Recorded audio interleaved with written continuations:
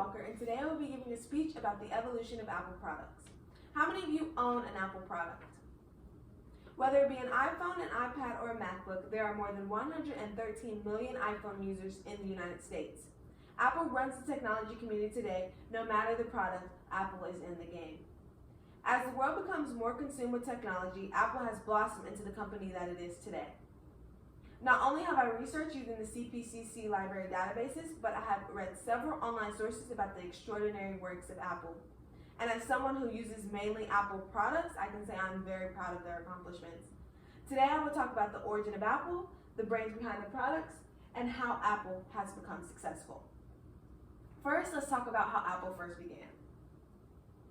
Apple was founded in 1976 by two men, Steve Jobs and Steve Wozniak. Apple's first ever product was the Apple I. The Apple I did not do amazing when it first released. People found the Apple I to be bulky with little functionality. Apple then came out with the Apple II, which was Apple's first success, which hit stores in 1977. The Apple II had 4 kilobytes of RAM, which gives applications a place to store and access data on a short-term basis.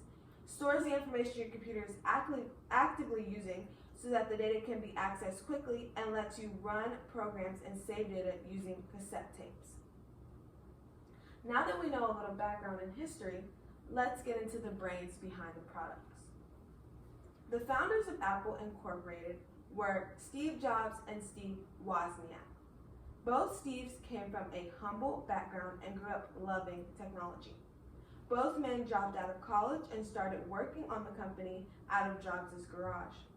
Wozniak handled most of the building while Jobs handled sales.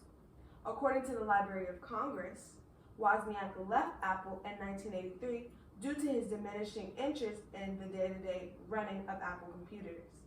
Then later, in 1985, Jobs left and started a new company named Next Software. It wasn't until 1997 when Jobs came back as an interim CEO, and in 2000 given the official CEO title. Many do not know this, but there were actually a third co-founder named Ronald Wayne. Ronald Wayne first worked with Steve Jobs at a company called Atari. Then later, after the first Apple computer was launched, Wayne provided oversight for the new venture. He provided adult supervision over the young Jobs and Wozniak.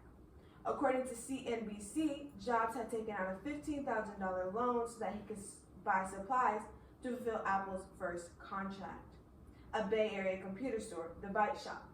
The Byte Shop had ordered around 100 computers, but the Byte Shop was known for failing to pay its bills, and Wayne worried that Apple wouldn't be able to recoup the money.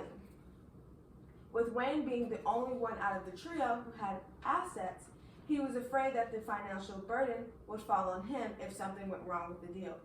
So after 12 days, he took his name off the contract and sold his shares back to the co-founders for just $800.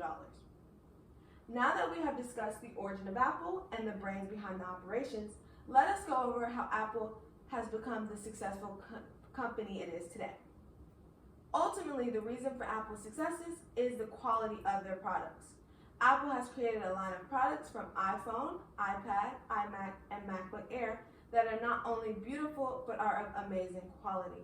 According to Investopedia.com, the iPhone released in 2007 produced 56% of Apple's revenues, and 1.4 million iPhones were sold the first year they were produced. This concludes my discussion on the evolution of Apple. Let us review. As technology becomes more and more popular, the evolution of Apple is a story we should all know. Apple was founded by three men, Steve Jobs, Steve Wozniak, and Ronald Wayne. Together, the three men created a line of products that swept the nation, eventually leading to the company market value of $1 trillion. So remember, the next time you go on your iPhone or open your MacBook or glance at your Apple Watch, that things were not always like this, and Apple has truly come a long way.